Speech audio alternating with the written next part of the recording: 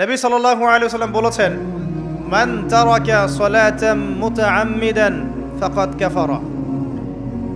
মান মানে যে কেউ, তারাকা মানে ছেড়ে দিল, ত্যাগ করলো, সালাতান মানে নামাজ, মুতাআম্মিদান মানে ইচ্ছাকৃতভাবে, ফাকাদ কাফারা সে ব্যক্তি কুফরি করলো।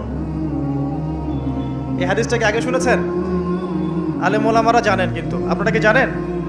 মান তারাকা সালাতাম মুতাআম্মিদান ফাকাদ কাফার, যে ব্যক্তি ইচ্ছাকৃতভাবে বিনা ওজরে, কোনো ওজর নাই, ইচ্ছাকৃতভাবে নামাজ ছেড়ে দিল, ত্যাগ করলো, সে ব্যক্তি কুফরি করলো।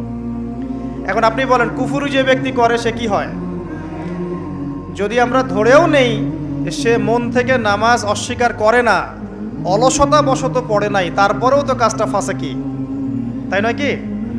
আচ্ছা, তো আজকের প্রথম নসিহত হচ্ছে 5 ওয়াক্ত নামাজ মৃত্যুর আগ পর্যন্ত কেউ ছাড়বেন না। আমার সাথে ওয়াদা করেন যে ইনশাআল্লাহ আগামী যতদিন বেঁচে থাকবো 5 ওয়াক্ত নামাজ জামাতে পড়ার চেষ্টা করব, যদি জামাত না পাই একা পড়ার চেষ্টা করব। আল্লাহ পাক তৌফিক দান করুন, আমিন।